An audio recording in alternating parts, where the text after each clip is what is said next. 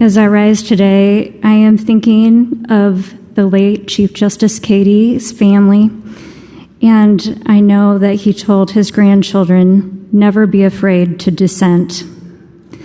This constitutional amendment is another extreme attack on women and girls. It is part of a radical Republican agenda obsessed with banning access to legal, safe abortion care at the expense of neglecting everything else, including the pandemic.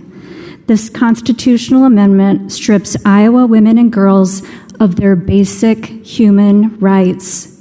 This isn't about making Iowa a safer place to have a baby. In fact, it puts the lives of women and girls at risk. This constitutional amendment is about politicians abusing their power to control women's bodies by banning safe, legal abortion care in Iowa under any circumstance. This constitutional amendment takes away personal decision-making power from women, taking away our freedom to make personal decisions about what is best for our bodies, our future, our families, and our pregnancies. This isn't about an all-out ban on abortion with no exceptions. This is about oppression. The oppression of Iowa women and girls. And when any one group of Iowans is oppressed, we are all oppressed. We're oppressed because of the time and energy wasted pushing people down instead of lifting people up. When I think of the time you have spent pushing these bills and look at all of the bills you've ignored, shoving them in desk drawers, and issues that you've been complacent on, I get emotional because I know Iowa is better than this. Iowa should be the safest place in the country to have a baby. But to get there, we need lawmakers who will push for equality and reproductive justice. Iowans don't want to go back. Iowans want to move forward. Iowa women need leaders who aren't tone deaf to the problems they are facing, especially this year because of the pandemic. Women have been hurt the most with job losses, smaller paychecks, and juggling unmanageable levels of unpaid work at home. Instead of helping advance women with better income opportunities and more equality, you are instead focused again on another power punch to our uteruses, finding ways to insert your uninvited selves into women and girls' private exam rooms where they are making deeply personal decisions that impact their bodies, their livelihoods, their family situations, and their personal safety, not yours. Iowa women and girls need more access to safe health care close to home, not less. Iowans don't want to go back to a time without safe, legal abortion care because it's time to move forward. Safe abortion care must be accessible. Iowans that we know and love will need or have needed access to safe abortion care at some point in their lives. This is just part of a broader and even more extreme agenda where the focus will be on passing law after law to make legal abortion care inaccessible.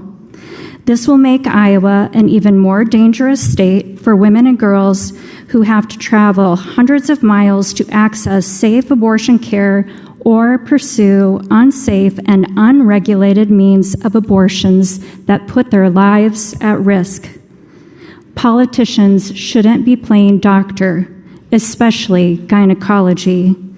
Just listen to what Barb, a former Republican, says. I believe the government shouldn't be involved in controlling what happens to women's bodies. I'm angry because I shouldn't have to keep doing this over and over again.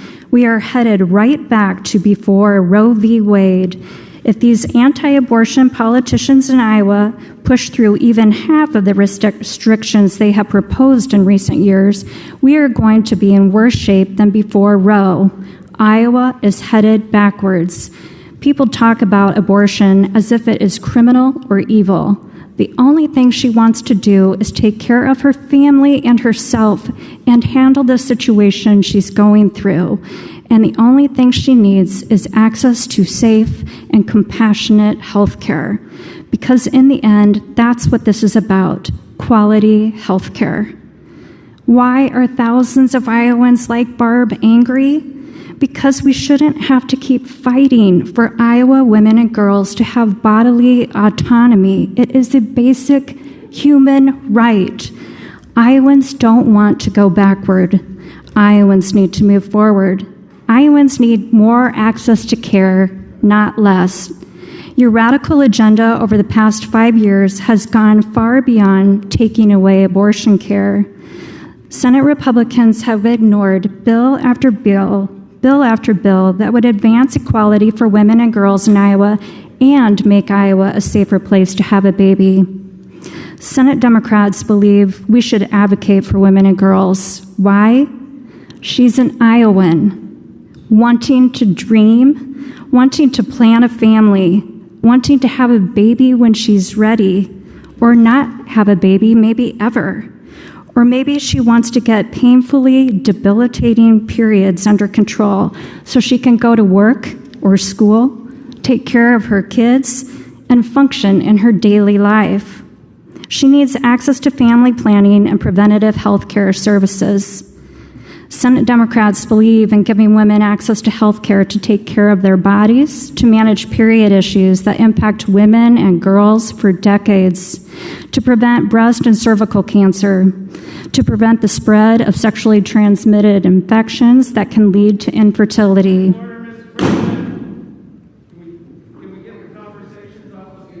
State your point. You just beat me to the punch, Senator Bolcom. Please be respectful to everyone that's speaking. Please take your conversations to a minimum. If not, take them outside of the chamber. Points well received. Thank you. You're in order, Senator Peterson. Thank you, Mr. President. Thank you, Senator Bolcom. And Senate Democrats also believe that we should prevent unintended pregnancy. Senate Democrats proposed a bill to restore Iowa's successful family planning program that was gutted by 29 Senate Republicans who sponsored Senate File 2 in 2017. Last summer, Iowans learned the new program Republicans launched has been a complete failure to Iowans. In fact, since the bill was signed into law by Governor Reynolds, less women are getting the care they need, and our state's abortion rate has gone up double digits. You would have thought the governor would have called us back into special session to fix the Republican program that bans women from seeing providers at Planned Parenthood, U of I hospitals and clinics, and even at one point, Unity Point. But instead, Governor Reynolds and her administration were on quick Republican cleanup crew for this hot mess. Instead of getting more women access to family planning, they fired the public information officer who did her job by providing public information to the media. Shortly after the story ran in the Des Moines Register, the public information officer was fired for doing her job. That should be alarming to all of us. We have seen how deadly it can be to withhold public information from Iowans. The bill to restore Iowa's successful family planning program, Senate File 146, didn't even get a subcommittee hearing. She's pregnant, living in rural Iowa. Senate Democrats believe she deserves a safe place to deliver her baby close to home. But as Republicans have been obsessing on extreme anti-abortion bills, Iowa has become a more dangerous place to have a baby. Senate Democrats introduced legislation to make our state a safer place to have a baby. Republicans continue to ignore the legislation. The Healthy Moms and Healthy Babies Act, Senate File 35, assigned to the Senate Human Resource Committee, even as rural hospitals, labor and delivery departments continue to close at record pace. Since January of last year, Iowa has lost another 7 labor and delivery departments, and I know we will lose 1 or 2 more before we adjourn this year. Since Reynolds privatized our state's Medicaid system and Republicans took control of the state house, Iowa has lost 17 labor and delivery departments. Reynolds' privatized Medicaid program doesn't cover the cost of delivering a baby, nor does it pay to transport pregnant moms to a different hospital when she needs more specialized care for her and her baby. Rural hospitals say they can't afford to keep them open, while out-of-state managed care organizations are swimming in profits. Iowa Total Care and Amerigroup have netted $90 million since privatized Medicaid began. But Republicans don't want to talk about that. They want to stay focused on banning abortion care.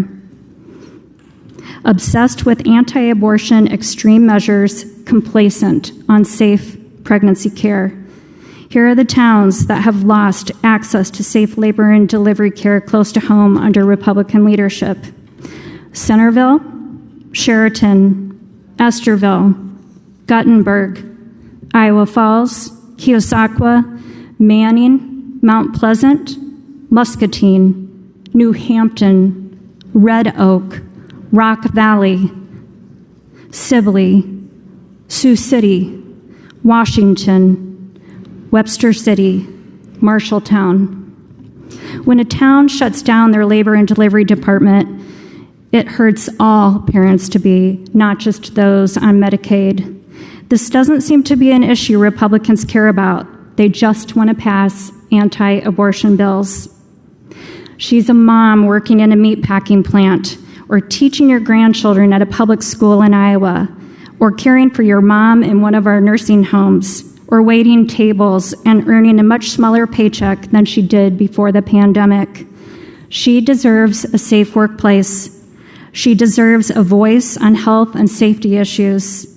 She deserves simple pregnancy accommodations to help prevent preterm labor. She deserves paid time off to bond with her baby. She deserves a clean and safe place to pump breast milk when she returns to work.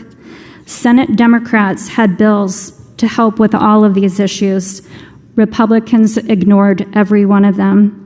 It's time to quit holding women back by pushing anti-abortion extreme policies and remaining complicit on bills that would advance equality in our state and make Iowa a safer place for pregnant women.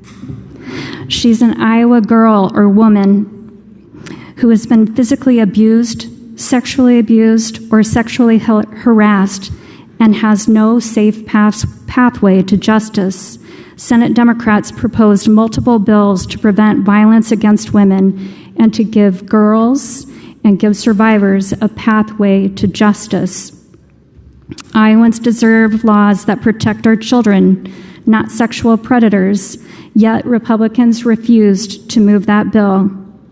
Women deserve laws to protect them from sexual harassment at work, yet Republicans did not move that bill either, even after Iowa taxpayers have paid more than $22 million in lawsuits with more cases pending.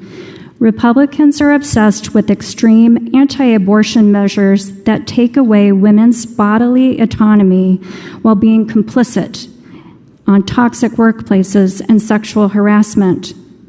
She's a young girl, maybe even just 7 or 8 years old, who just got her period, or a high school student, a college student, or a businesswoman who deserves access to period products in the bathroom. We've seen far too many body-shaming bills being introduced and pushed this year. Instead of taking away bodily autonomy from Iowa women and girls, our public policies shouldn't shame women or tax them for getting their periods. Iowa girls shouldn't be left out of the classroom because she has no access to period products.